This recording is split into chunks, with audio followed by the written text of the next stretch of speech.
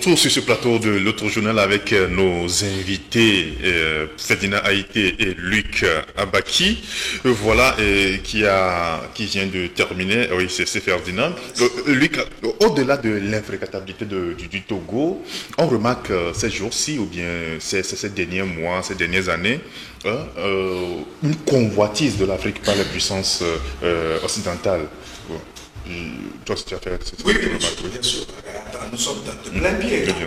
Le président Macron vient de traverser 3 pays en Afrique, notamment le Cameroun, le Bénin et la Guinée-Bissau, pendant que Sergei Lavrov, c'est le ministre russe des Affaires étrangères, qui a fait donc l'Égypte et puis le Congo-Brazzaville, et c'est Anthony Blinken qui est annoncé en août en Afrique du Sud, au Rwanda et en RDC.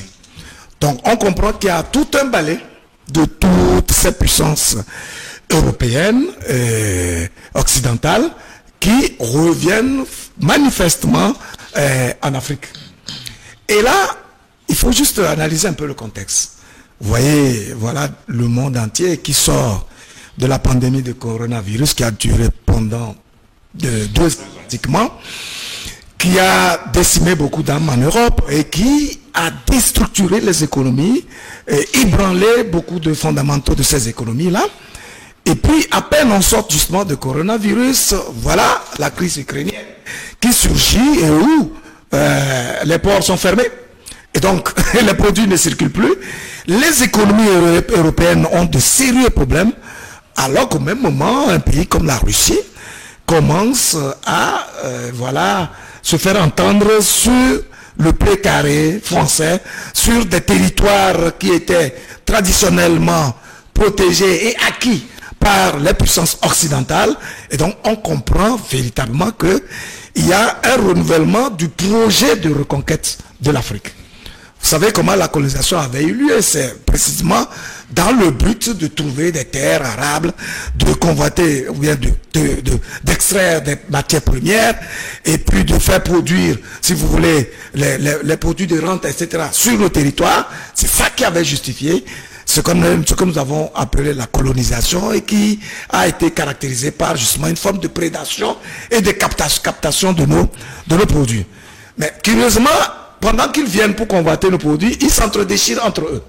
Il n'y a qu'à analyser le discours qui a été tenu par le président Macron lors de son séjour dans les 3 pays, pour se rendre compte qu'en fait, il est venu pour tirer à boulet rouge sur la personne de Poutine et son pays, parce qu'il lui en veut de vouloir convoiter ou même de lui arracher des portions de terre où il faisait valoir son influence et tout.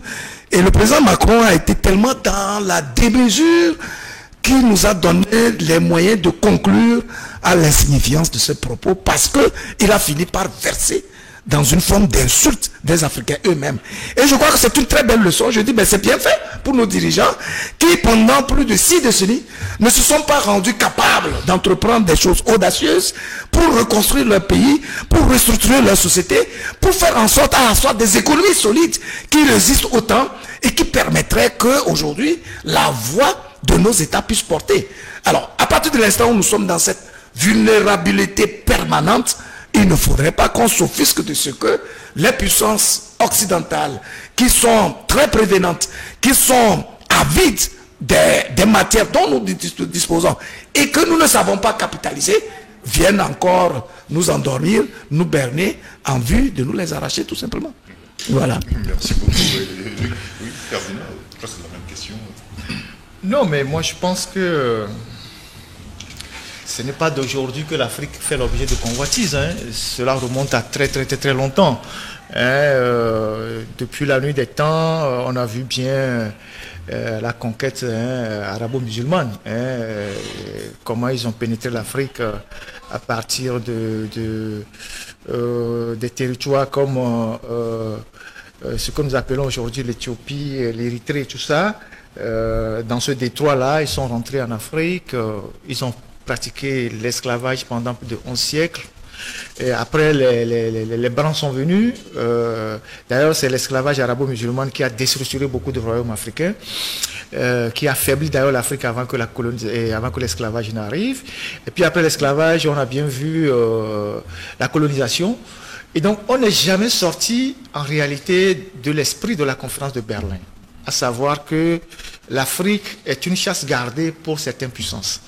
Et ces puissances-là se sont toujours arrangées pour mettre à la tête de nos pays, pas des chefs d'État, mais des gestionnaires de comptoir, des gens à qui on donne des ordres, il faut me préserver ci, il faut me préserver ça, et puis bon, en retour, on vous donne la protection. Et donc, tous les instruments en Afrique sont créés pour conserver le pouvoir au profit des intérêts étrangers. Alors, la conquête, après la conférence de Berlin, ne s'est pas passée non plus sans incident. Les gens pensaient qu'ils sont venus, c'est vrai qu'après la conférence de Berlin, après avoir défini les règles de dépiéçage de l'Afrique, ils sont partis pour aller dépiécer le territoire, chacun à sa manière, mais il y a eu des incidents dans certains pays. J'en ai évoqué la dernière fois sur une radio l'incident de Fashoda, pour ceux qui connaissent l'incident de Fashoda. Et aujourd'hui, on est dans la même dynamique, mais avec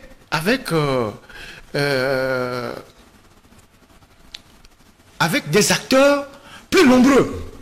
Parce que le monde asiatique s'est aussi réveillé, a aussi des velléités de domination ou des intérêts à entretenir ailleurs. Et donc, que ce soit la Chine, l'Inde, le Japon, la Russie, même l'Iran, la Turquie, tout le monde veut venir en Afrique, ne serait-ce que pour mettre la main sur une partie de la richesse qui se trouve sur ce continent, que nous-mêmes, nous ne sommes pas capables de préserver, d'entretenir, d'exploiter pour le bien de nos populations. Nous préférons les brader à des puissances étrangères.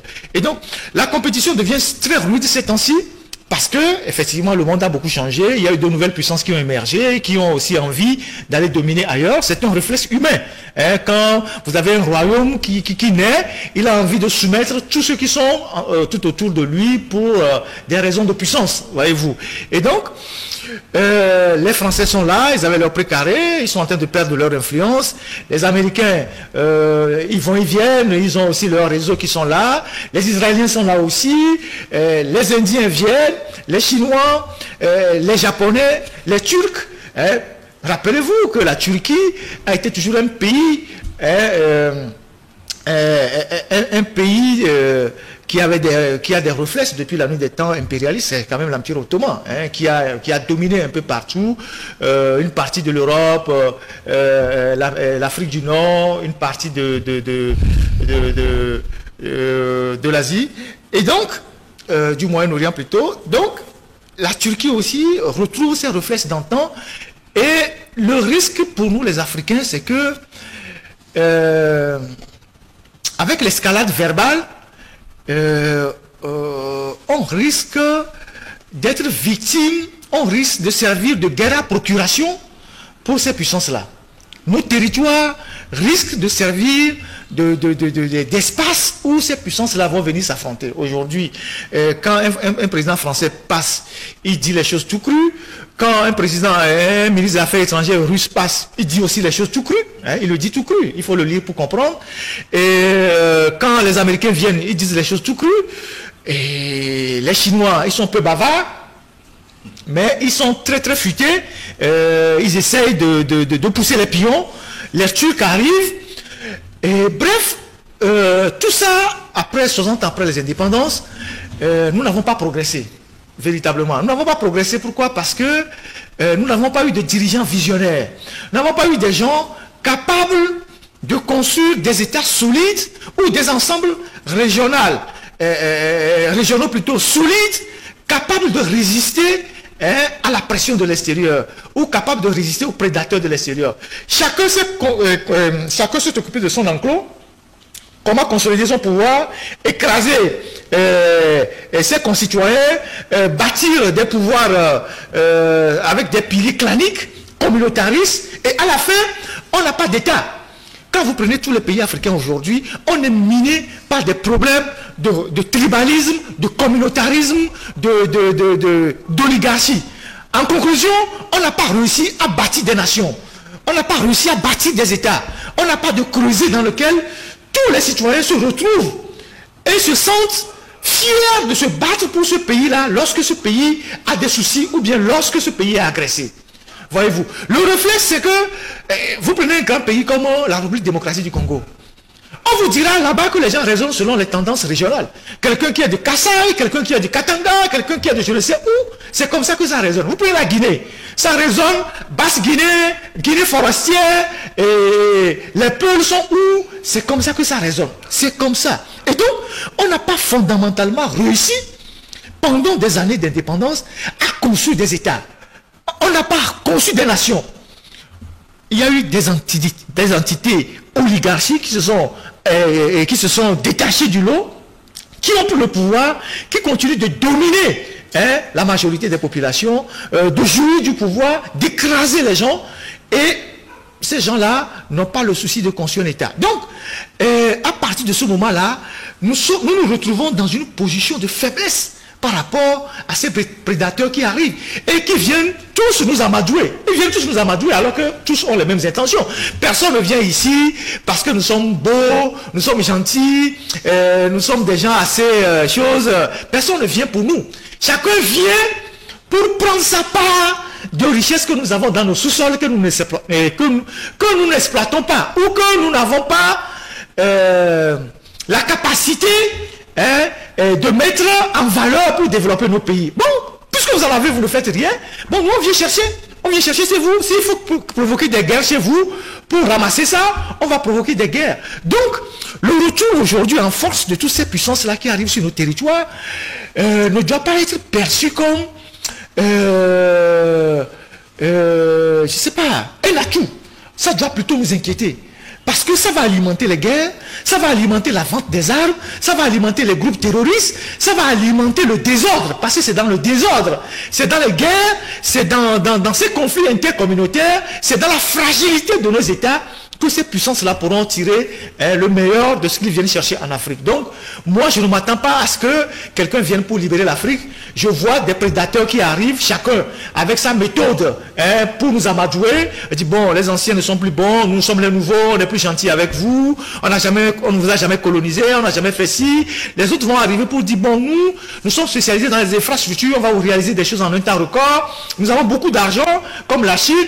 Il suffit de venir prendre des dettes dans nos banques, Exim Bank, vous pouvez venir prendre 100 milliards. Nous, on n'a même pas besoin de quoi que ce soit. Mettez juste votre port en garantie. Mettez votre aéroport en garantie. Le jour où vous êtes insolvable, ils ne vous diront pas. Ils vont bloquer le port ou bien ils vont bloquer l'aéroport comme ils l'ont fait en Zambie. Voyez-vous. Et donc, on est dans ce schéma-là. Maintenant, les Africains font quoi par rapport à tout ça? Qu'est-ce que nous faisons par rapport à tout ça? Et c'est toute la problématique.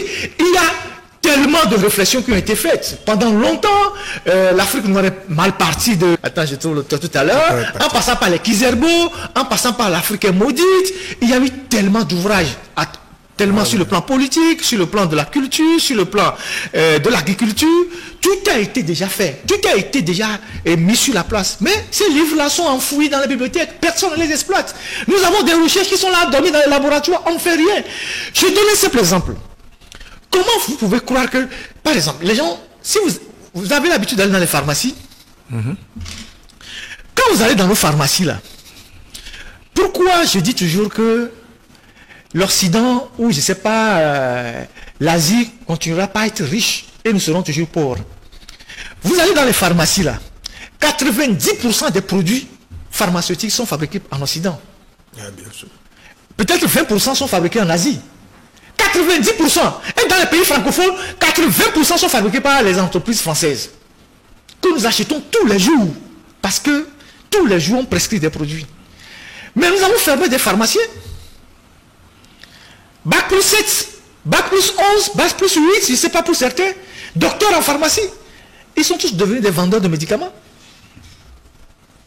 Il n'y a pas de laboratoire pour qu'ils fassent des recherches. Ils ne sont pas différents des femmes qui vendent des médicaments à Tikoudi. Sauf qu'eux, ils vendent des médicaments, conventionnels, et les femmes qui sont à Tikoudi vendent des médicaments qu'on qualifie de non conventionnels. Et donc, on n'a pas évolué. Mais les sociétés qui vendent ces produits en Afrique tirent de l'Afrique des milliards chaque jour. Et ça ne réveille personne. Ça ne réveille personne. Nos pharmaciens sont là, nous les avons fermés. Nous avons des universités, les facultés de médecine. On forme des pharmaciens, ou bien les pharmacies se multiplient à Lomé, dans tous les nouveaux quartiers, il y a des pharmacies, non? Les pharmaciens sont devenus des vendeurs de médicaments, ou bien? Non, mais ce qu'il dit est très, très remarquable. En fait, il y a un principe qu'il faut observer. Toute cette puissance dont nous parlons, qui se donne ce devoir, cette mission de convoiter les richesses extérieures, les ressources ailleurs, qui courent dans tous les sens, mais c'est pourquoi? C'est pour épanouir leur peuple. C'est pour subvenir aux besoins de leur peuple, on est d'accord? C'est pour nourrir le besoin scientifique et construire l'industrie européenne. Ce n'est pas pour leur ventre. Ce n'est pas pour leur fauteuil qu'ils font ça. Et vous croyez? Ceci pour, justement, faire le parallèle avec l'état d'esprit de bon nombre de nos dirigeants ici. Lorsque vous accédez au pouvoir, et la seule expertise que vous finissez par développer, c'est celle qui consiste à vous maintenir là où vous êtes. Vous n'avez plus le souffle, vous n'avez plus l'énergie, vous n'avez plus les réflexes, vous n'avez plus la fertilité qui vous permettent de vous focaliser sur votre mission qui est de travailler pour éclore l'esprit de votre citoyen. Je l'ai toujours répété, je crois que je ne vais jamais arrêter de le dire. Quel que soit le génie du dirigeant, s'il n'a pas les qualités de leadership nécessaires qui permettent d'émerger, de faire émerger les intelligences dans son territoire, il ne pourra rien, absolument rien. Si sa logique est d'étouffer tout esprit épanoui et libre, qui s'affranchit de lui, qui est prêt à lui apporter la contradiction, un point de vue contraire, si sa logique est d'étouffer tout cela, il ne peut pas construire un peuple. Pourquoi? Parce que le dirigeant ne produit jamais de la richesse. Le dirigeant est là pour capitaliser, centraliser, mutualiser les audaces que les intelligences de tous les citoyens génèrent. Et à partir de cet instant-là, il prend la cagnotte qui est mise à sa disposition par les citoyens. Il faut le rappeler à chaque fois que tout ce que les dirigeants utilisent comme ressources pour réguler leur pays et asseoir leur pouvoir, ce sont des ressources des citoyens qu'ils acquièrent à travers les taxes, les douanes, à travers les concessions qu'ils font de nos biens, etc., etc. Donc, ça veut dire quoi? Ça veut dire tout simplement que le problème de l'Afrique réside dans l'état d'esprit de ses leaders. S'ils sont conscients que c'est avec un cerveau collectif qu'ils peuvent diriger, ils savent que ce n'est pas pour rien qu'un pays est structuré. Si le président de la République se suffisait à lui tout seul, il n'aurait pas besoin de ministres. Il n'aurait pas besoin de directeurs généraux. Il n'aurait pas besoin des secteurs d'éducation, de santé, etc., etc. Si l'État est structuré de cette manière-là, c'est parce qu'on veut donner l'opportunité à tous les citoyens d'apporter tout ce dont ils disposent, qui sont et qui est intrinsèque à leur être, pour que tout cela soit mutualisé et serve à une cause commune. Est-ce que vous voyez? Donc, si les Européens voient que, mais écoutez, j'ai des intelligences dans mon pays, mais je n'ai pas les ressources qu'il faut pour leur permettre de se faire valoir, de leur donner cette liberté de méandrer, de faire méandrer leur esprit, et donc de montrer leur génie, ils vont vous conquérir, puisque, justement, sans l'industrie européenne, nos ressources dont nous nous vantons ne serviraient à rien. Nous n'aurions même pas conscience qu'il s'agit des ressources utiles à la vie humaine. Donc, nous avons les phosphates, mais c'est de la terre. S'il n'y a pas d'industrie qui fabrique des armes, qui fabrique, je sais pas, de l'engrais, etc., et qui vient vous dire, bah, écoutez, nous voulons tirer vos terres ici, vous allez exploiter ce que vous avez sur le sol, vous n'aurez jamais conscience que ça, là, ça sert à quelque chose. Pourquoi? Parce que précisément, vous n'avez pas travaillé, vous n'avez pas laissé la liberté à vos citoyens de travailler sur leur environnement, en tout cas de laisser leur intelligence s'affirmer, s'assumer, de manière à commencer à observer autour de leur environnement ce qu'il faut capitaliser. Il y a quelqu'un qui me disait, un ami qui me disait, mais Luc, est-ce que vous savez que vos fleuves là peuvent être des instruments de logistique? J'ai dit, ah ben, les fleuves, nos lacs ici, nous, on met toutes les ordures, ça nous encombre d'ailleurs, etc. Si on pouvait même les vendre, on l'aurait fait. Voilà, vous comprenez. Donc, c'est pour dire qu'en réalité, l'intelligence, c'est le plus grand bien de l'homme. C'est elle qui te permet de regarder de près l'environnement dans lequel tu es, parce que ton créateur n'est pas aussi bête pour te mettre dans un environnement où tu ne pourras pas vivre. Donc, ça veut dire que les atouts dont tu disposes, tu es le seul à utiliser tes facultés pour pouvoir les capitaliser. Mais quand tu ne les capitalises pas, pourquoi tu t'opposes, tu t'offusques de ce que des gens qui connaissent l'avantage, l'intérêt, l'utilité de ce dont tu disposes viennent chercher? Est-ce que tu vois? Et bizarrement, nous prenons l'argent pour une fin en soi. Voilà pourquoi nous n'avons jamais l'audace d'investir. L'audace de valoriser les quelques rares occasions où les gens nous montrent qu'il y a des possibilités dans nos pays. Il a parlé des pharmaciens. Il faut aller voir tous les mémoires de thèse, etc., qui sont produits par des ingénieurs dans nos universités. Mais sur le plan théorique, les gens font des démonstrations pour montrer que, mais écoutez, on peut utiliser telle chose dont nous disposons pour réaliser une industrie, etc. Bon, mais on a produit, on lui donne même 18 sur 20, mention honorable et tout ça. Mais soyez-en sûrs, ce mémoire sera arrangé pour que les autres étudiants viennent lire. On est dans la théorie permanente. On ne comprend pas qu'il faut repiquer ces idées-là et avoir le courage de persévérer dans cette semence. Construire quelque chose qui puisse donner des fruits après 5-10 ans. On veut ce qui est immédiat. Et donc voilà pourquoi on est enclin à brader tout ce dont nous disposons comme ressources parce que c'est du cash. Eh bien les gars, ils viennent acheter nos produits, ils payent l'argent. Et cet argent, nous le détournons. Nous le détournons, nous sommes prêts à acheter les berlines les plus sophistiquées, construire les plus belles maisons, acheter les costumes les plus recherchés. Et donc ça flatte notre ego. Alors qu'en réalité, l'homme, ce n'est pas ce qu'il a, mais c'est ce qu'il est. En termes de capacité à transformer son environnement, à épanouir les gens autour de lui, à laisser la possibilité aux autres d'utiliser le canevas qu'il met en place afin que ceux-ci aussi puissent s'affirmer et construire la richesse nationale. Donc, je suis scandalisé qu'en ce 21e siècle où la connaissance est versée partout, au travers de l'internet, les réseaux sociaux et tout ça, les gens ne comprennent pas qu'ils sont en train d'être dépassés par les événements. Et qu'il faut se donner l'audace de commencer avec de nouveaux paradigmes la gouvernance de nos États. Autrement, mais les puissances occidentales ne vont nous laisser aucune possibilité, aucune marge, parce qu'elles sont étouffées. Elles ont le feu aux fesses. Elles ne disposent pas de ressources, alors qu'elles doivent vivre. Alors, s'il faut vivre, il vaut mieux même peut-être utiliser la force devant ceux qui résistent ou ceux qui ont tendance à vouloir s'attacher à d'autres, pendant que nous avons besoin de leurs ressources. Voyez-vous? Donc, c'est en cela que je comprends parfaitement la prémonition que Ferdinand a concernant les guerres éventuelles, le terrorisme, le désordre et tout ça, qui vont légitimer précisément la présence de ces occidentaux-là et qui leur permettront précisément aussi de tirer toutes les richesses dont nous disposons. Tu vois, Isidore, après les indépendances, nous avions dans nos villages, dans nos localités, des gens qui avaient des fusils, qui sont des fusils traditionnels. On utilisait la poudre à canon et tout ça. Ça leur permettait d'aller à la chasse, de protéger parfois les villages et tout ça. Mais quand, après les indépendances, les gestionnaires de comptoirs que les colons ont mis à la place de nos États, on leur a fait comprendre que si vous laissez ces gens-là continuer pas à détenir des armes, qui eux-mêmes ils appellent maintenant des armes légères,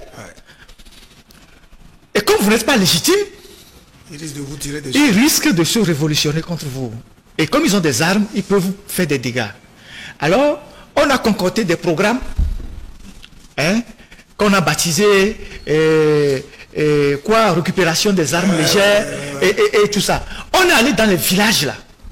On a fouillé dans les chambres des gens. La lutte contre la circulation. Voilà. On a ramassé tout ça. Vous voyez, Ceux qui savaient même produire ça, on a arrêté certains. On savait que dans nos villages, avant, certains se sont essayés à fabriquer des vélos. Bien sûr. À l'époque, sans avoir été trop à l'école. C'est des forgerons. Personne ne les a incités à aller de l'avant. On a ramassé les armes. Or, le blanc, comment est née l'arme chez le blanc? Quand quelqu'un a eu l'ingénieuse idée de fabriquer un prototype, on a mis beaucoup d'argent dedans pour améliorer et en produire suffisamment pour défendre, pour en faire une industrie et défendre la société. Aujourd'hui, il se fait que l'Afrique est à la croisée d'un certain nombre de défis. Elle n'a même pas une industrie d'armement. Les gens disent bon. Il faut parler de l'alimentation d'abord. Les gens disent bon, les armes qu'on achète en Occident ne sont plus efficaces. On va aller acheter chez les Chinois. On va aller acheter chez les Russes. Peut-être pour les Russes seront efficaces. Tout ça, c'est de l'argent qui part de l'Afrique. Absolument, oui. Nous sommes d'accord. Nous avons des ingénieurs en Afrique, particulièrement au Togo ici, qui font des tracteurs agricoles. Nous les connaissons. Je ne veux pas faire de la publicité. Nous les connaissons. Ils font des tracteurs agricoles. Ils font tous les jours des démonstrations. On voit que leurs tracteurs sont efficaces. Mais le Togolais prend des milliards pour aller en Inde, pour acheter des tracteurs qui ne sont pas efficaces. Il vient, il distribue ça aux paysans. Première tournée, comment on appelle, premier essai dans le champ, les dents des tracteurs se cassent. Pourquoi ne pas donner l'argent à l'ingénieur togolais qui a eu l'idée de fabriquer, pour qu'on en crée une industrie et fabriquer localement pour ravitailler ou bien pour doter nos agriculteurs. Vous permettez à un Togolais de devenir un capitaine d'industrie parce qu'il a l'ingéniosité, il a le brevet pour fabriquer un tracteur, mais vous permettez en même temps à vos paysans d'acheter ce matériel-là à un coût raisonnable et donc à l'agriculture d'évoluer. Mais le gars, il crie dans le désert seul, il fait ses expériences seul, personne ne l'aborde. Celui à qui on a... Les banques même refusent de financer. Oui. Voilà. Celui à qui on a remis les milliards pour aller acheter les tracteurs en Chine ou en Inde, il fait de la surfacturation. Non seulement il fait de la surfacturation, mais il achète le mauvais matériel. Dans un pays normal, ou même en Chine où il a acheté là, ces genre de choses là, on t'exécute, poteau, condamnation à mort. Mais au Togo là, cet individu va narguer encore les citoyens. Et personne ne dit rien. Je dis tout ça pour démontrer que, je peux multiplier les exemples, pour démontrer que le problème que nous avons en Afrique, c'est un problème de manque de vision d'abord, de corruption, de d'enrichissement illicite. L'Africain veut amasser de l'argent, même s'il ne fait rien avec. Quand il rentre le soir à la maison, il ouvre son placard, il voit les dollars alignés, il voit les euros alignés, parce que c'est ce qu'on nous a dit, que dans la maison des barons, le CFA est le troisième qui vient. Ils allient les euros, les dollars, et le CFA est là. Et quand ils ouvrent leur placard, ils sont contents. Ils disent, ah, je suis riche. Ça flatte leur ego. Ça flatte leur ego. L'argent n'est pas à la banque, hein, pour faire tourner la banque, pour permettre de faire des prêts à des jeunes. L'argent n'est pas à la banque. Il enterre ça chez lui à la maison, à défaut d'ouvrir les placards. Vous voyez? Et donc, c'est ça l'Africain. Et à partir de ce moment-là, vous ne pouvez pas changer nos pays. On ne peut pas changer nos pays. Regardez l'état dans lequel nos localités sont. Les villages, des gens sont milliardaires, mais l'école dans laquelle ils ont fréquenté pour la première fois sont toujours sans toit. Ils ne sont jamais retournés pour dire, ah mais c'est ici que j'ai commencé mes cours. Je vais changer cet environnement. Je vais rebâtir une école moderne, cantine, tout, pour que les élèves qui vont fréquenter ici se souviennent que quelqu'un est passé avant eux et grâce à ce bâtiment, quelqu'un est devenu milliardaire. Certains le font en Afrique, certains le font malgré tout. Moi, je suis allé au Nigeria. Dans la cité de milliardaires, ce n'est pas les Dangote et tout ça, c'est les premiers milliardaires avant les Dangote. Et ils ont rebâti toute leur localité. Université, école, centre de santé, les formations, tout. Au Nigeria. Mais vous prenez les Togolais là, les milliardaires Togolais là, on entend seulement leur nom sur les radios. Hein. Vous allez dans leur village là, dans leur localité, il n'y a pas d'eau potable, il n'y a pas de route pour y aller, il n'y a rien. Mais il est content seul d'avoir de l'argent, d'avoir acheté un peu d'hectares un peu partout, d'avoir mis un peu d'argent dans un appartement en Europe, de prendre classe affaires tout le temps, de louer un jet privé, d'être content. Et tout ça, l'argent s'évapore. Et tout ça, l'argent s'évapore. Quand on fait les classements de ceux qui achètent plus le vin, le champagne, le petit Togo là vient sur notre côte là, 3e ou 4e position. Vous vous posez la question de savoir qui sont ceux qui dans ce pays boivent autant de vin et de champagne. C'est des milliards qui s'envolent comme ça. Mais il y a une industrie locale à soutenir. Personne ne soutient. Donc dans ces conditions-là, vous êtes dépendants éternels de l'extérieur. Nous sommes ici en train de faire un débat. Soyons modestes et réalistes. Ce que nous avons porté ici, nous tous là, jusqu'à nos slips là, je ne connais pas, je ne vais pas identifier le slip. Ce que nous avons porté ici, jusqu'à nos dessous, tout vient de l'extérieur. Nous sommes d'accord? Ça fait combien d'années que nous crions dans les langages propagandistes que nous allons bientôt créer une industrie de textile? On en avait. On en avait. Des gens ont bradé ça. Voilà. On en avait, les gens ont bradé ça. Alors, ce n'est pas surprenant que le blanc, quand je dis le blanc, c'est en général, occidentaux comme orientaux, quand ils viennent pour nous tromper, comme les esclavagistes sont venus, quand ils sont venus, ils ont amené des miroirs, ils ont amené des fusils à trucs, ils ont amené de l'alcool, ils ont trompé les chefs, tout ça, les gars, ils s'est miré là, ils disent bon, donnez-lui 20 esclaves, donnez-lui 50 esclaves, allez attraper les gens, vendez-lui ça. Aujourd'hui, c'est le même scénario. Quand vous êtes là, on vous dit, un pays ami vous a donné 50 motos, parfois même 20 motos. Et on mobilise toute l'administration pour aller recevoir 20 motos. Alors que les 20 motos là, l'argent des 20 motos là, c'est proportionnellement l'argent que quelqu'un détourne dans une régie financière. On est là, on vous dit que bon, une ambassade vous a donné 10 ordinateurs. Bon, on fait une grande cérémonie, on appelle les médias. 10 ordinateurs, ça ne fait pas 10 millions. C'est l'argent que un commis de l'État vole quelque part. Ça veut dire que si on fait la lutte contre la corruption, on aurait pu se doter de ce genre de choses au lieu d'éviter ce genre de humiliation. On vous dit, comme ça s'est passé il y a quelques jours, que la Chine est partie donner 8 sacs de maïs, 4 sacs de riz et des tomates. Que comme il y a la vie chère, ils ont pensé à ce service, ils sont venus donner au personnel. Et c'est dans cette logique de dépendance éternelle que nous sommes, parce que nos dirigeants non seulement manquent de vision, non seulement refusent de gouverner nos États en intelligence avec toutes les compétences qui sont dans le pays, non seulement nos dirigeants refusent et manquent de patriotisme, les gens sont là juste pour leur confort personnel. Et donc, quand on est dans ces situations-là, on ne s'étonne pas d'être dominé par l'extérieur. Prenez la loi des finances du Togo, prenez le budget. Prenez tous les projets qui sont financés aujourd'hui. Si nous n'avons pas d'appui budgétaire, nous ne bouclons pas notre budget. On n'a pas d'argent. Comment se fait-il qu'aujourd'hui, c'est la GIZ qui construit nos mairies? Comment se fait-il que c'est la GIZ qui donne des moyens pour équiper nos hôpitaux? Comment se fait-il que c'est l'AFD qui fait de l'eau dans nos quartiers? Comment se fait-il que c'est des Israéliens qu'on amène pour des projets pour l'eau? Alors que nous avons suffisamment de ressources qui génèrent des milliards, et que si ces milliards étaient bien gérés, pour le bonheur du peuple, on n'allait pas nous infantiliser en courant derrière les miettes de ces puissances-là. Donc voilà toute la problématique dans laquelle nous nous retrouvons en Afrique. Donc moi je souhaite plutôt qu'on ait des dirigeants qui travaillent à valoriser les compétences qui sont dans leur pays, qui travaillent à faire émerger dans leur pays des puissants ingénieurs qui deviennent des industriels pour leur pays.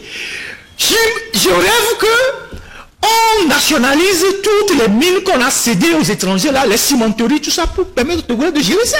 Je préfère que le Togolais roule sur des milliards que cet argent parte du Togo. Donc voilà la situation dans laquelle nous sommes. Mais on ne le fera jamais parce que ceux qui tiennent le pouvoir savent très bien que bon, d'abord ils souffrent de légitimité. Et puis ensuite, il faut qu'ils essaient d'arroser certaines personnes qui les aident à tenir le pouvoir et à tenir donc ceux qui, dans le pays, sont des rebelles.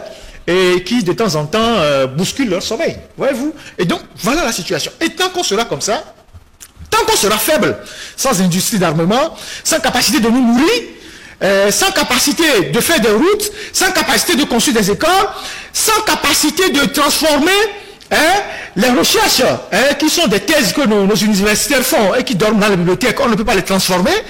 Tant que nous serons dans cette incapacité généralisée, nous serons toujours dépendants de l'extérieur. Et quand on sera dépendant de l'extérieur nous dictera toujours sa loi. Et ça, nous n'avons qu'à nous en prendre à nous-mêmes. Et à la manière dont nous gérons nos États depuis des années. Voilà ce que moi j'ai à dire. Et cette nouvelle conquête-là va créer encore plus de désordre en Afrique. Un puissant pays comme le Nigeria n'a pas la capacité de lever une armée pour lutter contre Boko Haram à cause de la corruption. Ces derniers temps, les bandits sont aux portes même de Abuja. Il y a même les attentats jusqu'aux portes de Abuja. Alors que le Nigeria, vous allez au Nigeria, dans toutes les rues là, on vous demande l'argent. Si un policier ne vous demande pas, un gars, vous ne savez pas si les policiers ou gendarmes vous demandent. Après, il y a un autre qui vous demande. Après, il y a un autre qui vous demande. À la fin, vous tracez les barrières, vous n'avez plus rien en poche.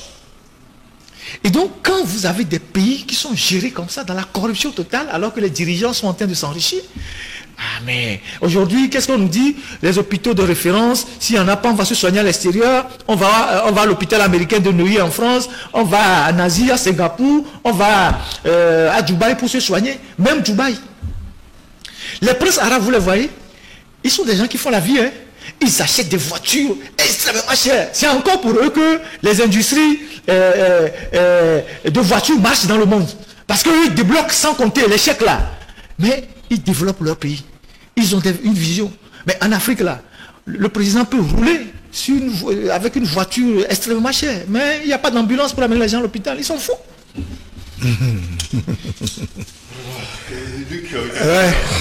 Oui, bon, je pense qu'il a démantelé tous les thèmes. à la limite, même à l'excès. Je te laisse le reste. Donc bon, il n'y a plus grand chose à dire, si ce n'est que il faut que nos dirigeants changent de regard, tout simplement. Il faut qu'ils comprennent qu'ils ne peuvent plus... C'est-à-dire, le mythe que l'on construit autour d'un pouvoir n'a plus sa raison d'être. Celui qui est dirigeant d'un pays est un être humain avant tout. Et un être humain a des aspirations légitimes et naturelles. Il en est de même pour le petit gardien qui est devant un service, etc. Et donc, l'intelligence veut que lorsque vous êtes à un niveau plus élevé, vous compreniez la cause de l'homme que vous considérez comme le plus petit, qui en réalité ne l'est pas. Parce qu'en fait, c'est l'organisation sociale dans laquelle nous sommes qui a fait que on classifie les gens. Il y a des strates. Et ça, c'est parce qu'on a besoin de réguler la société. Et donc, lorsqu'on te donne un poste de responsabilité, ça ne veut aucunement dire que tu es plus intelligent, que tu es plus béni, que tu es plus ingénieux ou quoi que ce soit. C'est une opportunité qui t'est offerte pour que tu laisses tes traces dans l'histoire de cette humanité. Tout simplement. Si les gens ne comprennent pas cela, leur mission comme telle, ils vont s'oublier dans leur ego, qui consiste à dire, tu sais qui je suis?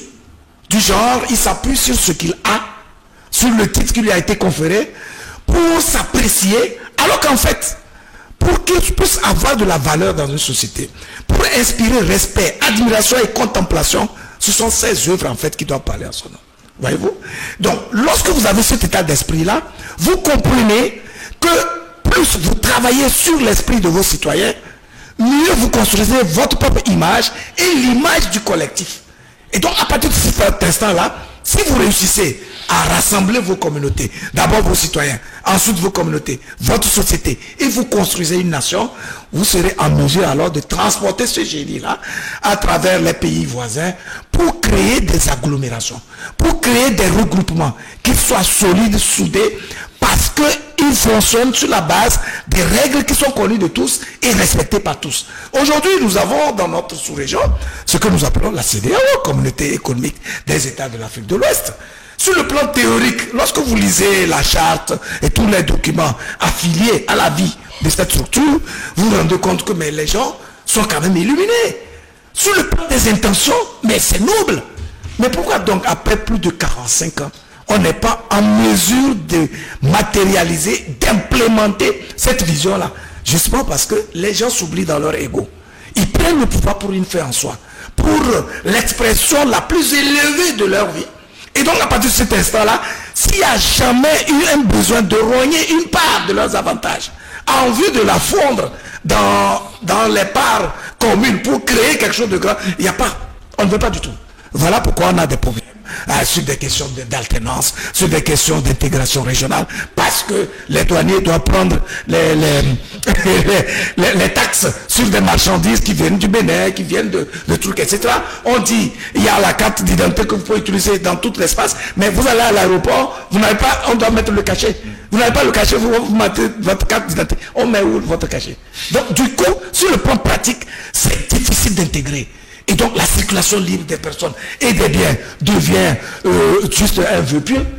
Et bon, mais on est content. Les années passent. Et bon, mais c'est comme ça. On fait du surplace ou même à la limite, on recule par rapport aux autres qui ont compris que chaque jour compte dans le principe de l'évolution. Donc chaque jour, il faut poser un acte qui va dans le sens du renforcement des liens humains, de l'intelligence, etc., etc. Et donc, pourquoi on est surpris d'être aussi vulnérable à tout point de vue? Moi, ça ne m'étonnerait pas que demain, même les pays les moins avancés aujourd'hui d'Europe viennent aussi nous donner des leçons. Parce qu'il y a de cela 30 ans, la Chine n'était rien. Il y a de cela 20 ans, le Brésil n'était rien. Il y a de cela Singapour, etc. Aujourd'hui, c'est des références. C'est des gens qui ont eu le temps de s'appuyer sur leur potentiel endogène pour travailler. Ils ne sont pas restés dans la propagande. Ils n'ont pas eu l'envie d'aller faire la cour à un Macron ou à un Biden ou je ne sais pas, à qui que ce soit, qu'ils viennent chez lui et qu'ils mobilisent tous les médias pour qu'on voit que ah oui, nous sommes très fréquentables, hein. On est très recherchés, les grands viennent chez nous. Vous allez vous pavaner avec des gens, mais dont la vie n'a rien à foutre avec la vôtre. Ils sont heureux et puis vous êtes heureux d'être à côté d'eux pendant que vous avez tous les problèmes. Et voilà pourquoi, donc, dans cette illusion-là, nos dirigeants ont tendance plutôt à voler, oui, c'est le même, c'est le terme, à voler les ressources afin de se sentir aussi puissants que les puissants du monde. Parce que l'argent, le matériel, donne l'illusion d'une puissance. Alors qu'en réalité, la vraie puissance ne doit pas tenir de l'individualité, mais c'est du collectif. Donc, quand vous dites, ben, aujourd'hui, je ne sais pas combien Macron compte sur son compte, hein, sur ses comptes bancaires, mais on respecte Macron parce qu'il est à la tête d'un pays qui est grand. Est-ce que l'argent de Macron vaut ce que nos ministres ont sur leur compte? Je ne crois pas. Si on doit s'en tenir au salaire qu'il prend. Est-ce que vous comprenez? C'est ça la logique. Biden, il prend combien? Mais tout le monde s'efface à son passage. Pourquoi? Parce qu'il porte derrière lui l'identité d'une grande nation. Donc ce n'est pas son argent personnel qui compte, mais c'est toute la richesse, aussi bien intellectuelle, spirituelle, culturelle que matérielle, qu'il incarne à travers son pays, qui fait que lorsqu'il bouge, on le respecte. Donc il ne sert pratiquement à rien, et c'est une petite intelligence que de vouloir voler pour se donner de l'importance, alors qu'on n'a aucune capacité à produire ou à faire produire ce que nous voulons à notre sein, et c'est dommage. Voilà. Dommage. Merci beaucoup, Luc. Nous sommes presque arrivés à la fin de cette émission. Messieurs, conclusion, Ferdinand? Non, je pense que nous avons survolé l'actualité et traité les sujets les plus pertinents, abordé des cas. Moi, je suis de plus en plus pessimiste par rapport à l'Afrique, à ce qui nous arrive. Et on l'aura voulu. Et on l'aura voulu parce que nous-mêmes, on n'a pas travaillé, on ne travaille pas, on est là, on pense que bon, tout doit tomber du ciel. On a des dirigeants qui gèrent des pays comme des épiceries de quartier, ils n'ont pas de vision, n'ont rien. Et on se retrouve là, maintenant, devant des crises majeures et avec des populations à nourrir, des difficultés sur le plan agricole, des difficultés sur le plan pluviométrique, des difficultés pour la jeunesse à trouver un emploi. On a plein de jeunes qui ont reçu au bac ces derniers temps, qui vous appellent pour dire, grand frère, vous pouvez me trouver un job, tout ça. À l'époque, quand on prenait le bac, on allait au moins travailler quelque part. Aujourd'hui, même le job, les jeunes recherchent, ils ne trouvent pas parce que toutes les entreprises sont fragiles. On a déjà des États très fragiles, on a des économies fragiles, on a des entreprises fragiles, mais on a des dirigeants qui sont très riches et qui ont beaucoup d'argent sur leur compte. Comment est-ce qu'on peut expliquer ce contraste-là? C'est en Afrique, dans certains pays comme le Togo, où vous avez des dirigeants qui ont beaucoup d'argent et vous avez des opérateurs économiques qui n'ont rien. Qui n'ont rien. Des gens qui sont appelés à créer de la richesse. Eux-mêmes, ils n'ont rien. Ils ont des entreprises qui souffrent et qui suffoquent. Mais les dirigeants qui sont payés par l'argent du contribuable ont des milliards.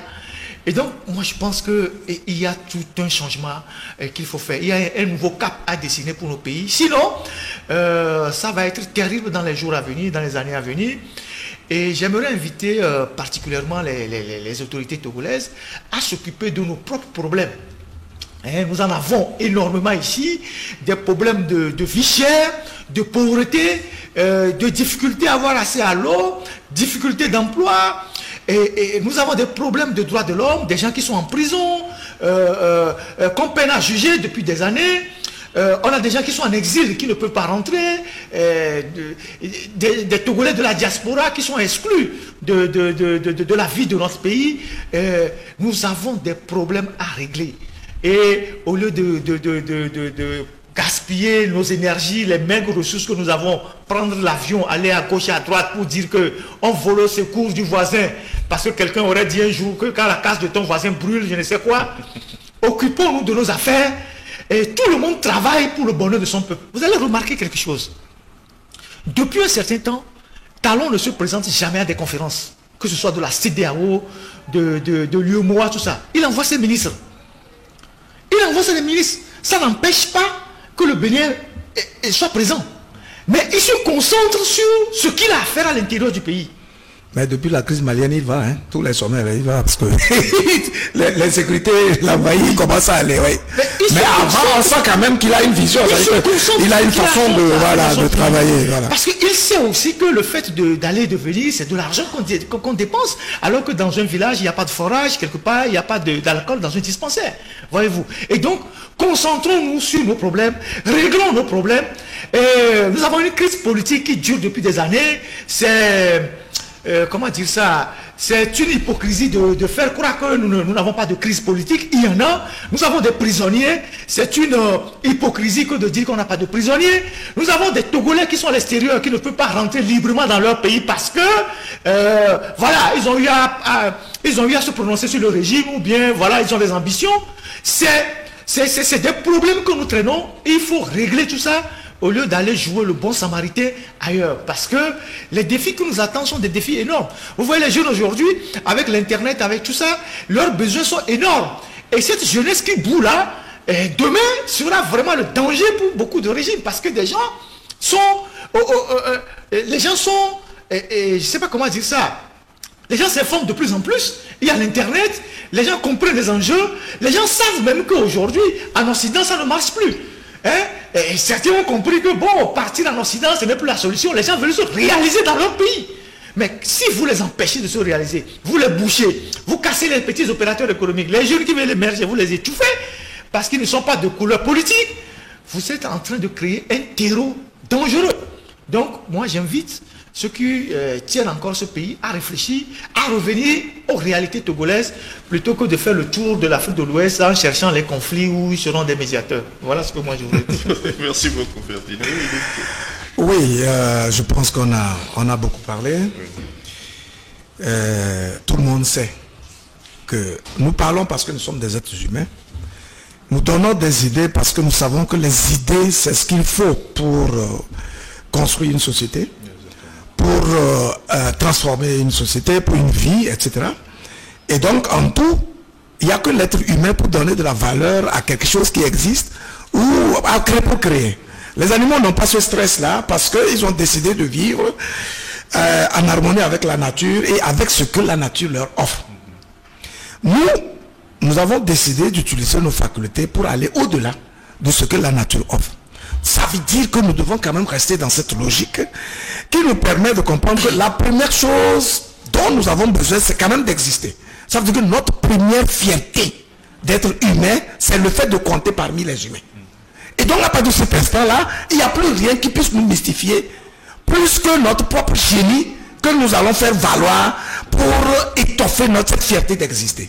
Je ne comprends pas comment nous pouvons passer alors par des raccourcis, par des détournements, des vols, par un renoncement à notre mission qui est, lorsque nous avons une responsabilité, qui est donc d'assumer et d'utiliser les leviers de l'État, par exemple, pour épanouir les autres et faire en sorte que la vie soit belle pour tout le monde, plutôt que qu'elle soit belle pour nous seuls.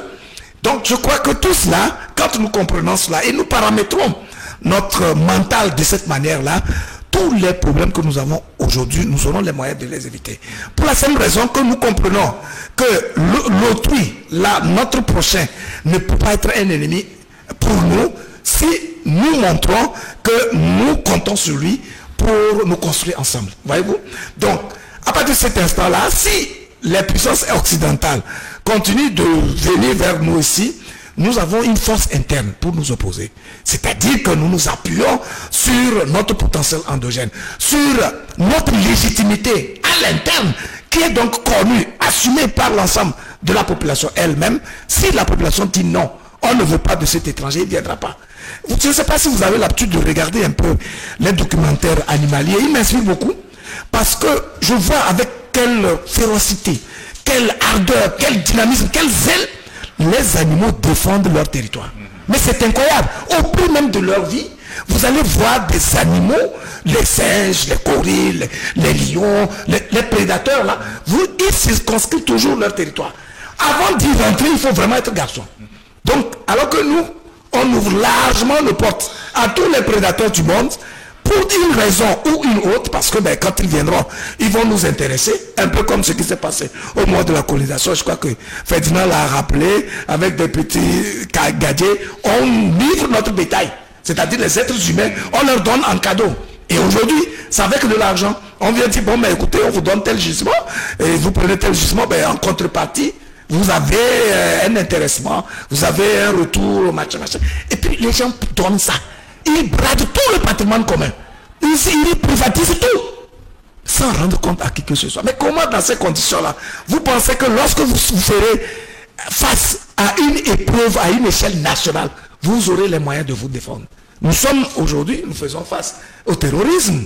Et vous voyez avec quelles difficultés nous arrivons à gérer cette question-là. Pourquoi? Parce que la société elle-même est déstructurée. Le principe même de la circulation de l'information est corrompu à un niveau donné. Et donc, dans ces conditions, il n'y a plus de chaînons qui permettent justement de réguler la vie sociale.